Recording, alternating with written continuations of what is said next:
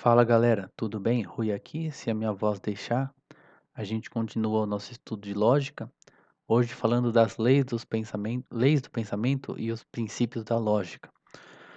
Toda a ciência, né, ela possui princípios ou leis que são fundamentais nessa ciência e que todas as conclusões dependem da validade desses princípios. Se vocês lerem o primeiro artigo, que eu acho que chama da Suma de Teologia. Até hoje é o único que eu li, então eu tenho que falar dele, porque esse eu sei. Mas é justamente sobre essa questão dos princípios, né? Então, entre outras coisas, São Tomás vai falar que se perguntar quais são os princípios da teologia, né? Da teologia sobrenatural. Então, ele vai perguntar se faz sentido se estudar, né? Teologia sobrenatural. Mas, entre outras coisas, ele vai dizer que a teologia sobrenatural é a maior das ciências, porque ela tem os princípios mais seguros, porque eles foram revelados por Deus, né, foi o próprio Deus que disse, então é certeza que é verdade. E porque, então a validade, né, desses princípios, e porque esses princípios tratam do objeto mais elevado, mais excelente, que é Deus, né, a ciência dos santos, acho que ele diz, né. Então você vê que isso também está presente em São Tomás, porque como ela tem os melhores princípios, né, os mais seguros e a respeito da coisa mais importante, ela é a melhor ciência, né, então você vê a importância dos princípios para essa definição de ciência, né, mas voltando aqui para a lógica. Hã, Tem leis por tudo, né, leis ou princípios, né, que não se aplicam apenas a uma ciência específica, a uma, faltou o "a" ali, né, a uma ciência específica, mas a tudo o que é, como que é o caso da ciência da ontologia, então todo evento deve ter uma causa, né. Então tem essa ciência que trata de tudo, que é a ontologia, a ciência doente, e assim como há leis que se aplicam a todo o reino do ser, ontologia, há leis que governam toda a ordem conceitual, e delas depende a validade de todos os juízos, que são as leis da lógica que a gente está aprendendo, né. Então, ontologia, né, ou metafísica na ordem real, e na lógica, que é a ordem conceitual, as leis do pensamento, que são a lei da contradição, lei da identidade, lei do meio excluído, ou também chamada terceiro excluído. A lei da contradição também pode ser chamada de não contradição, né, por motivos óbvios, né. Então a lei da faltou uma parte. Ah, tá, vai vir depois, desculpa. A lei da não contradição, ou lei da contradição, diz que juízos contraditórios, que seria A é B e A não é B, não podem ambos ser verdadeiros, né. Eu coloquei pensar em indivíduos, porque o que que é o contraditório de todos os homens são mortais, né, a gente vai ver o que que é, mas, é mais fácil você pegar um indivíduo e dizer: "Ele tem essa característica ou ele não tem", né. Então, a princípio, vamos começar com os indivíduos. Não se contradizer dizendo algo que um indivíduo tem e não tem a mesma característica. Então a segunda é a lei da identidade, tudo é o que é, famoso A é A, né, mas e a lei do meio excluído, que é de 2 juízos contraditórios, um é verdadeiro, o outro é falso. Então temos aí as 3 leis da lógica. Primeiro vamos falar o que significa lei. Lei possui vários significados, pode ser a ordenança de um superior legítimo sobre o corpo político, composta de uma obrigação de obediência, né, então quando o governo manda você fazer alguma coisa, quando esse na verdade um superior legítimo, né, não só o governo. Mas o modo uniforme de agir observado em um agente natural, né, as coisas que caem devido à lei da gravidade, né, embora esse uso seja analógico com o primeiro, porque não tem obediência, né, você não tem nenhuma virtude em obedecer à lei da gravidade, porque ela é nesse sentido ela não é uma lei, né, mas quando você obedece a um governante, né, um superior legítimo, você tem um mérito da sua obediência, né. E o último é uma norma ou padrão que devemos seguir para obter um fim. Então, obviamente que as leis da lógica são, desse último, né, não são ordenanças de um superior, não são um modo uniforme de agir, que nem as leis da natureza, da ciência, né, mas são uma norma ou padrão para a gente raciocinar corretamente. Então é nesse sentido que a gente diz leis da lógica, né. Então a primeira é a lei da contradição, que segundo Aristóteles, né, uma refutação ocorre quando algo é afirmado e negado de um mesmo sujeito, de um mesmo objeto, né, em igual respeito, relação, modo e tempo. Para Aristóteles, esse é o primeiro dos axiomas e o mais certo dos princípios. Então você vê que, beleza, você não pode dizer e depois dizer a negação, né? Mas é em igual respeito, relação, modo e tempo.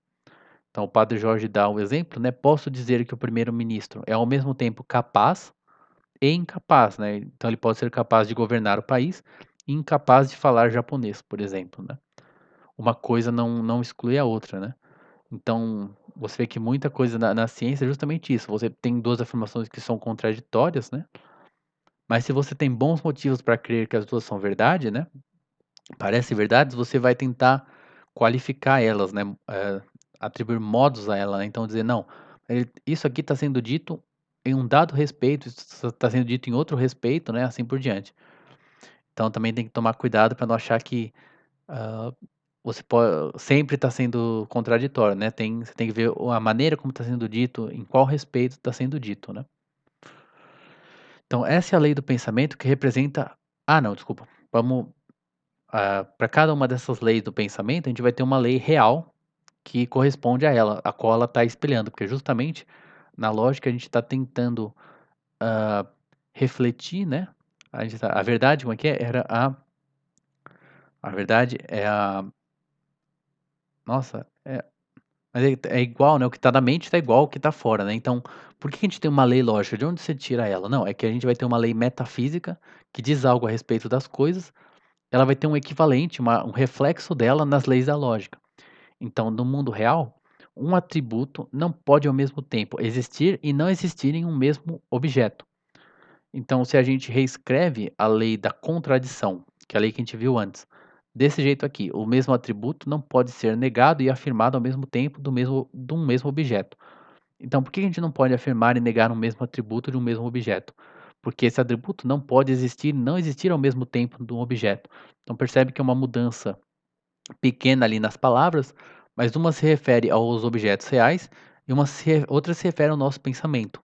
Justamente as duas têm que ser parecidas, porque a gente quer que tenha uma harmonia, né, uma semelhança entre o que está na nossa mente e o que está na ordem real. A gente quer representar a ordem real corretamente na ordem conceitual. Por isso essa semelhança. Então a terceira é a lei da identidade. Tudo é aquilo que é, tudo é o que é, né? E a gente pode entender sua relação com a contradição, se a gente expressar dessa forma: tudo o que é, é. Então, a lei da contradição diz que aquilo que desculpa, a lei da identidade diz: aquilo que é, e a lei da contradição diz: aquilo que é não pode não ser, né. Então aquilo que é e não pode não ser, que seria a contradição. Por isso que os não, poxa, tá, vamos continuar então, vai. Coloquei na ordem que não é a melhor, mas tudo bem. Então, Leibniz descreve o princípio metafísico, que é o equivalente metafísico dessa lei, como tudo é o que é. Podemos usar essa mesma descrição para a ordem lógica. Então, quer dizer, tudo é o que é na ordem real, tudo é o que é na ordem real, beleza. Uma coisa é o que ela é. A gente pode usar essa mesma expressão na ordem lógica se nós entendermos que ela significa que todo atributo afirmado de um sujeito, então, opa, afirmado, não é que ele tem, eu estou afirmando ele. Então, se todo atributo que é afirmado de um sujeito é de fato um atributo afirmado desse sujeito. Então tá aí. Tudo é o que é na ordem real, e todo atributo afirmado de um sujeito é um atributo afirmado desse sujeito na ordem lógica. Então é comum usar A igual a A, mas isso é uma fórmula e não um enunciado, né? Então a gente tem que enunciar a lei do pensamento e não jogar uma fórmula só, né?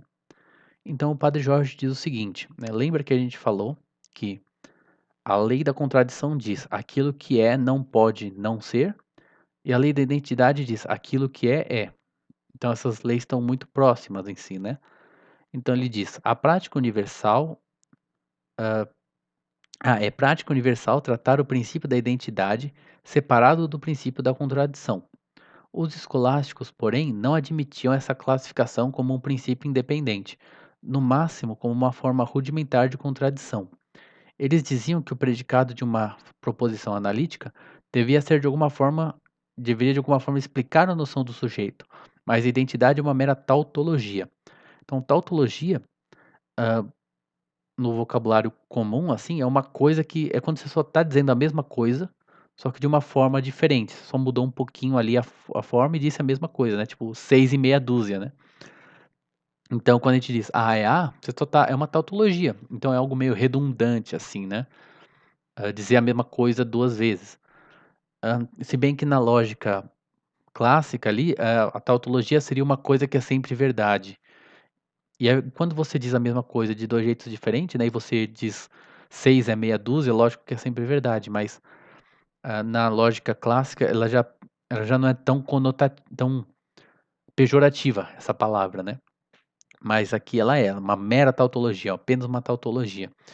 Mas então você vê que os escolásticos não, entendiam o princípio de identidade como um princípio diferente, como uma consequência, né, um corolário, como se diz, né, do princípio da contradição.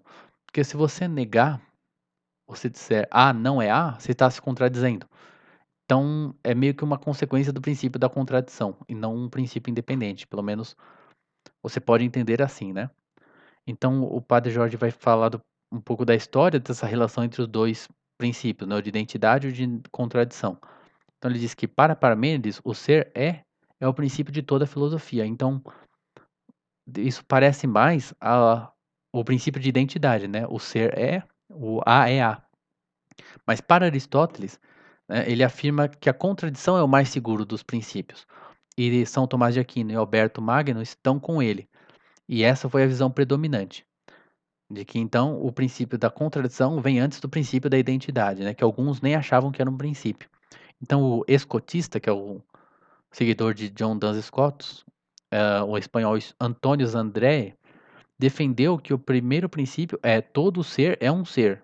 Então é mais o princípio de identidade, né.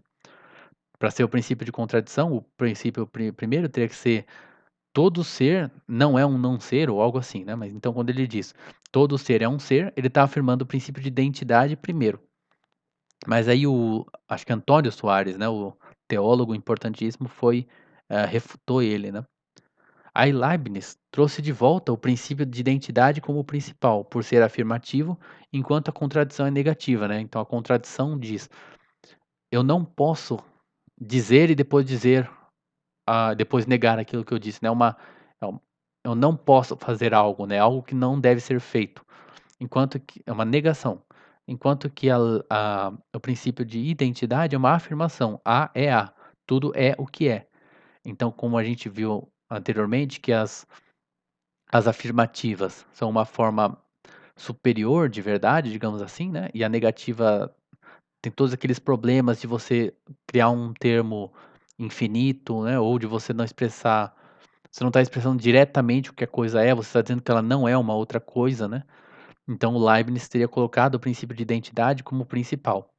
Porém, o padre Jorge dá uma justificativa interessante, que a lei da contradição trata do ser, e o ser é um conceito simples e impossível de análise.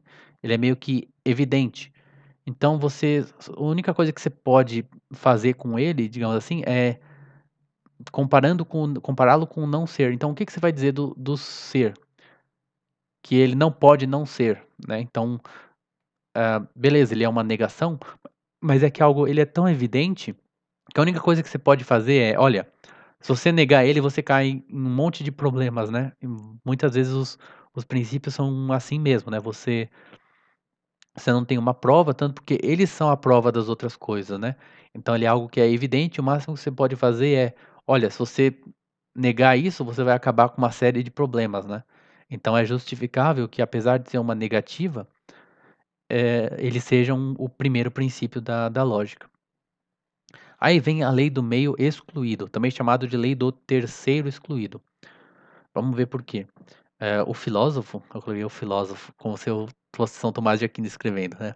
O filósofo, que é Aristóteles, diz: "De 2 juízos contraditórios, um deve ser verdadeiro e o outro falso". Então eu coloquei: "Vamos distinguir da contradição", em que ela diz que né, os 2 contraditórios não podem ser verdadeiros, mas ela por si, a lei da contradição permitiria, a princípio, que ambos fossem falsos, né. Você não pode afirmar e negar a mesma coisa, mas então, quer dizer, os 2 contraditórios não podem ser verdadeiros, mas podem ambos ser falsos, Poderia ser um verdadeiro pode ser um verdadeiro e outro falso, ou ser uma terceira opção, né. Mas a lei do terceiro excluído, ela já diz: "Então, um é verdadeiro, o outro é falso, acabou", né. Não pode ser os 2 falsos, você não pode inventar um terceiro valor, né. A gente vai ver que uma das escolas que nega a lei do meio excluído, justamente ela diz que tem proposições que você não pode dizer nada, né. E aí o pessoal cria, hoje em dia, lógicas que têm vários valores, né, além do verdadeiro e do falso. O princípio metafísico que corresponde a ele é: algo deve ser ou não ser, certo? Uma coisa ela deve ser ou não ser. Então nós não devemos dizer que os predicados são contraditórios, mas que as proposições são contraditórias. Eu não entendi porque que o padre Jorge quis dizer isso, né? Mas a gente não deve dizer que A é B ou não B, né? Porque um outro jeito você poderia expressar a lei do terceiro excluído, né? Seria: uma coisa é ou não é B, né, um A é ou não é B. Um dos 2 é verdadeiro, o outro é falso. Mas o problema é que você coloca como uma das expressões A é um não B, e é justamente preferível você dizer A não é B, né. Então essa maneira de abreviar a expressão dizendo A é B ou não B, ou um não B, né, seria preferível dizer A não é B, tá bom? Confuso, né, mas a gente não quer ter aqueles conceitos infinitos, né, então um cachorro é um não gato, né. Então, dos contrários podemos negar ambos ao mesmo tempo, como preto e branco, mas não podemos negar uma coisa o seu contraditório, né. Então uma coisa pode não ser nem preta nem branca, mas ela não pode ser nem branca nem não branca, né. Faltou um pouquinho,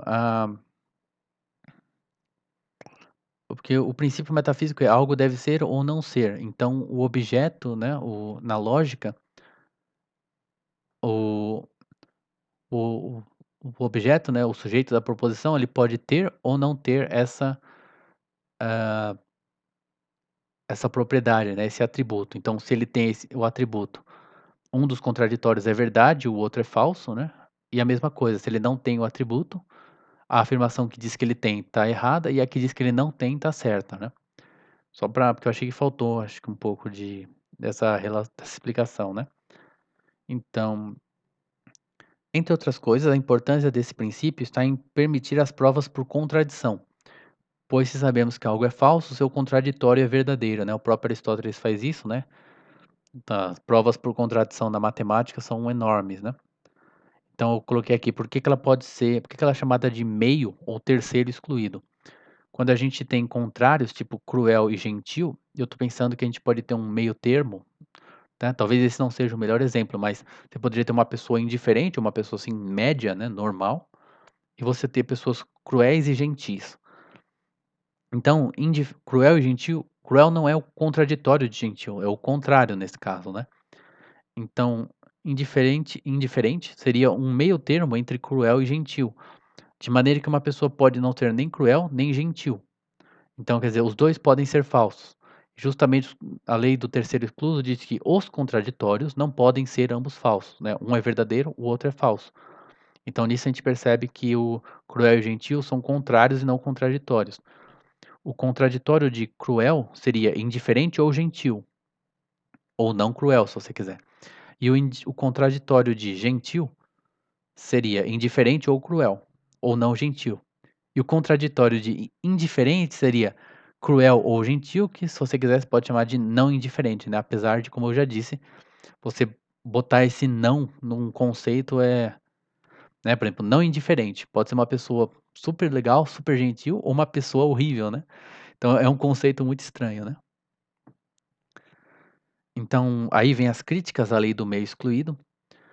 Primeiro o padre Jorge diz que é tão boba que não precisa nem levar a sério, que é a do John Stuart Mill, em que ele diz: "Abracadabra é segundo a intenção", ele diz que isso não é nem verdadeiro nem falso, né, porque entre o verdadeiro e o falso teria um não significado, então eu acabei com a lei do terceiro excluído, tem uma um meio termo entre os 2, né. Então, para o padre Jorge isso não faz sentido, porque, uma proposição sem significado não é um juízo. O juízo eu pego um objeto, atribuo a ele ou nego dele uma qualidade, então, quer dizer, se não tem significado, do que você está falando? Você nem chegou no juízo ainda, né. Então a gente não precisa levar isso a sério, é bem besta. Aí vem uma bem mais difícil. A primeira foi bem fácil, a segunda é complicado. Que o Hegel chama devir. Devir é tornar-se, né? Vir a ser. Tem o ser, o não ser e o vir a ser, o tornar-se, né? A mudança, a passagem, o movimento, né? Então ele diz que o devir é a união do ser e do não ser. Quando a gente está se transformando, a gente já não é aquilo que a gente era, mas a gente ainda não é aquilo que não era ainda, sabe? Tem umas coisas assim. E toda a natureza seria constituída por esse movimento dialético. Então ele diz, entre A mais e A menos, há o A, né? Então quer dizer, mais ou menos como entre o cruel e o gentil, tem o indiferente, né? Então, que seria para ele a reconciliação dos opostos, né? Que é aquele negócio meio místico dele, né? De reconciliação dos opostos, né? Tal. Mas como resposta, a gente diz que esses opostos que são reconciliados não são contraditórios, mas contrários. Eu também não entendi porque os contrários podem ambos ser, não podem ser ambos verdadeiros, mas ele diz assim, Padre Jorge, se dizem que se da aurora pode se dizer que é dia e não é dia, na verdade são os contrários luz e escuridão, e que a aurora não é o desenvolvimento dialético desses conceitos, mas eles são abstraídos dela. Então, quer dizer, esse seria um exemplo, né, de uma reconciliação dos opostos, né? Então, a aurora é o que vai ficando dia, mas ainda não é dia. Então, ainda não é mais noite, mas também não é dia. Então, como é que é?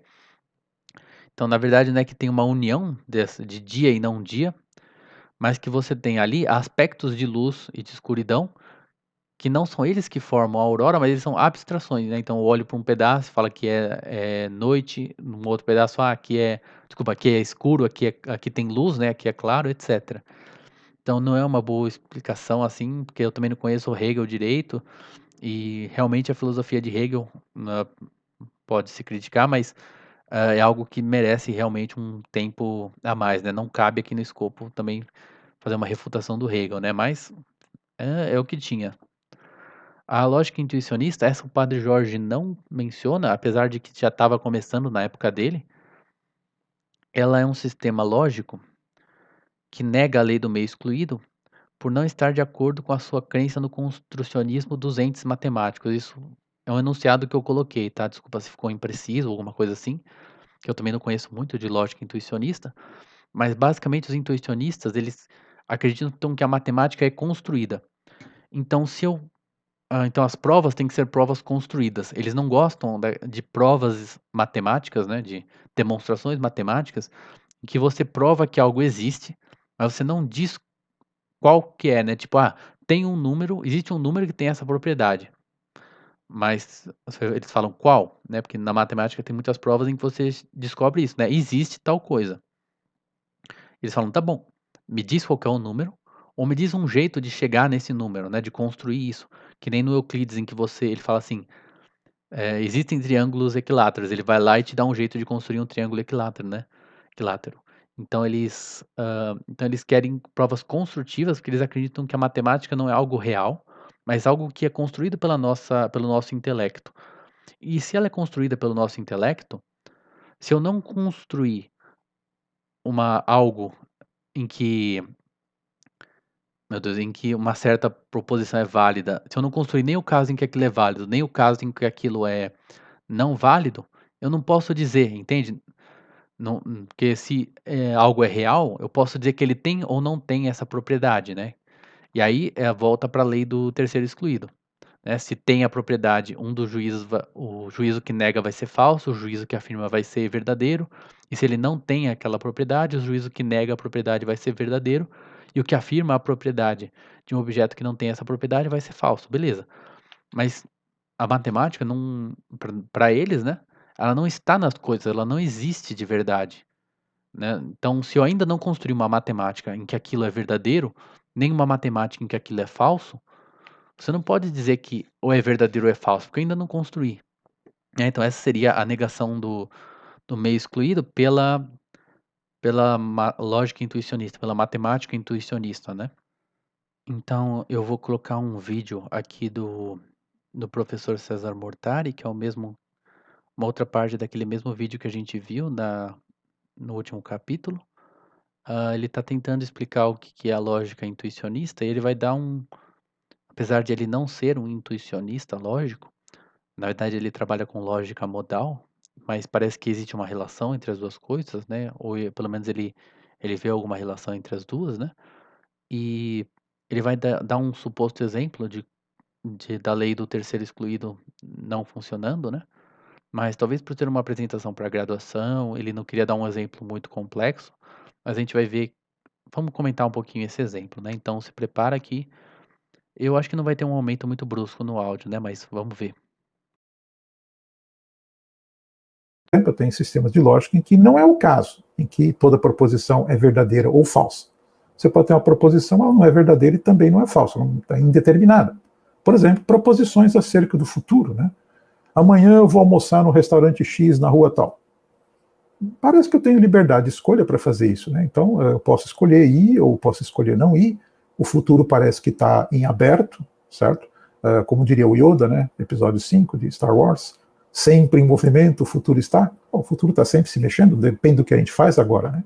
Então parece que proposições, por exemplo, acerca do futuro, proposições contingentes, claro, né? Não são nem verdadeiras nem falsas ainda, certo? Então, ok, para cada um desses Então, na verdade, ele introduziu os princípios como a gente fez, né.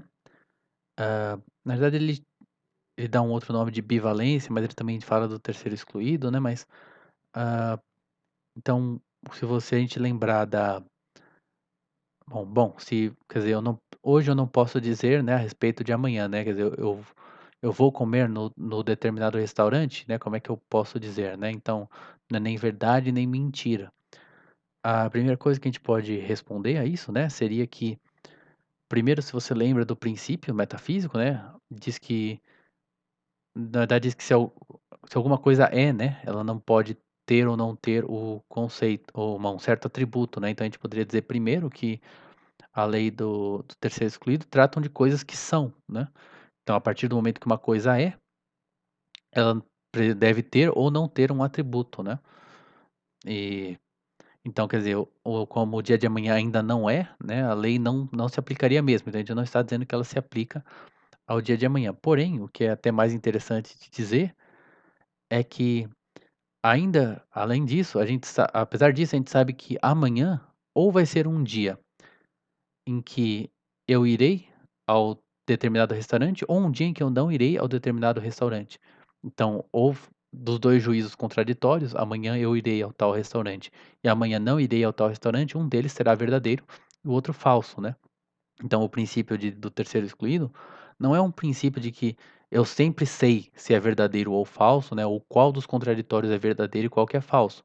Não é nada disso, mas é um princípio de que eu sei que um determinado uma coisa, né, terá ou não terá um atributo, eu só sei que ela pode ter ou não ter esse atributo, e aí um dos juízos será verdadeiro e o contraditório dele será falso, né.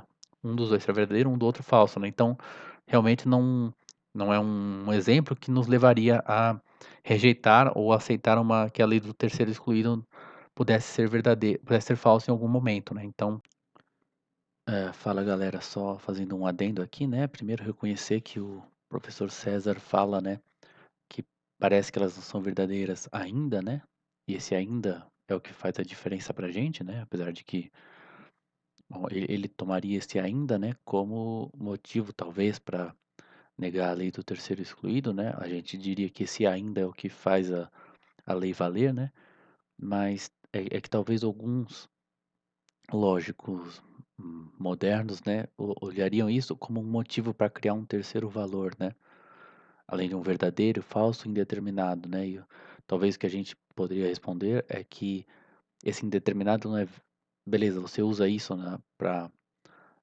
hora de fazer o seu sistema formal, mas não é um valor, o que nem na matemática, uma variável, né, uma incógnita não é um valor, né, uma coisa que você ainda não sabe. X numa função nunca é, sempre em algum momento você chega, né, x é igual a alguma coisa, né, então da mesma forma, essa incógnita, né, esse valor desconhecido, né, na verdade, em algum momento vai ser um verdadeiro ou um falso, né, é só placeholder, como eles falam em inglês, né? Só tá ali ocupando espaço para depois se colocar se é verdadeiro ou falso, né?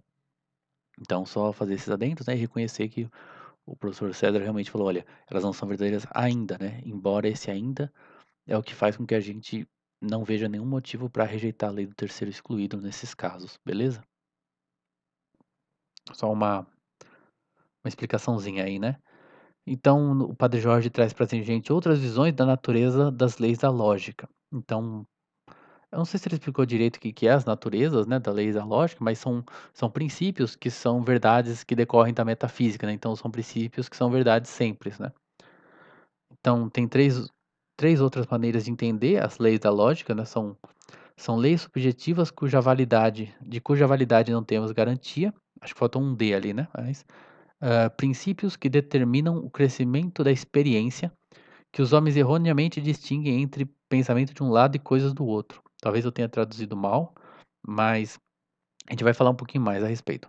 E meras generalizações da experiência. Então, o primeiro é devido a Kant e Mansell.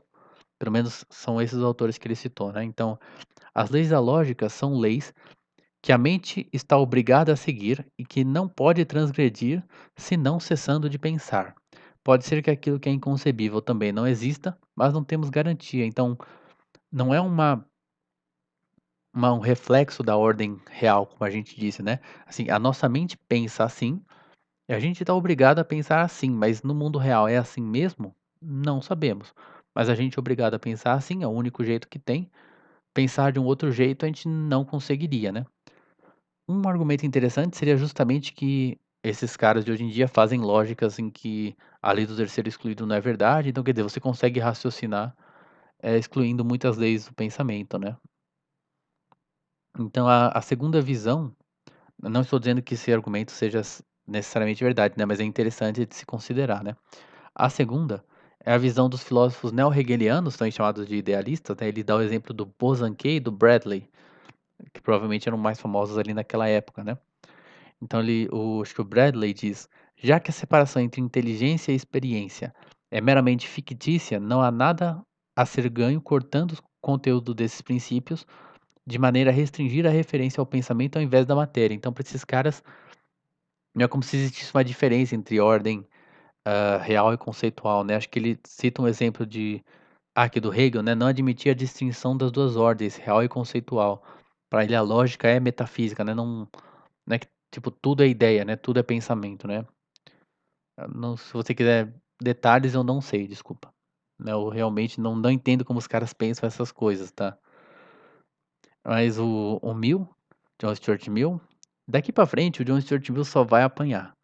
Tem umas horas, assim, que você vê todo capítulo vai ter eu vou começar a falar assim: "John Stuart Mill", você sabe que o Padre Jorge vai, acabar com ele. Mas o Mill nega que as leis sejam subjetivas.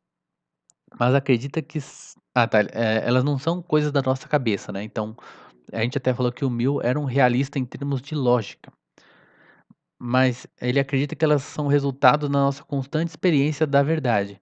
Nunca encontramos 2 contraditórios que sejam verdadeiros ao mesmo tempo, e por isso afirmamos a lei da contradição. Então não é que ela é uma lei universal válida, mas você já viu 2 contraditórios serem verdades ao mesmo tempo? Não. Então a gente diz isso, né.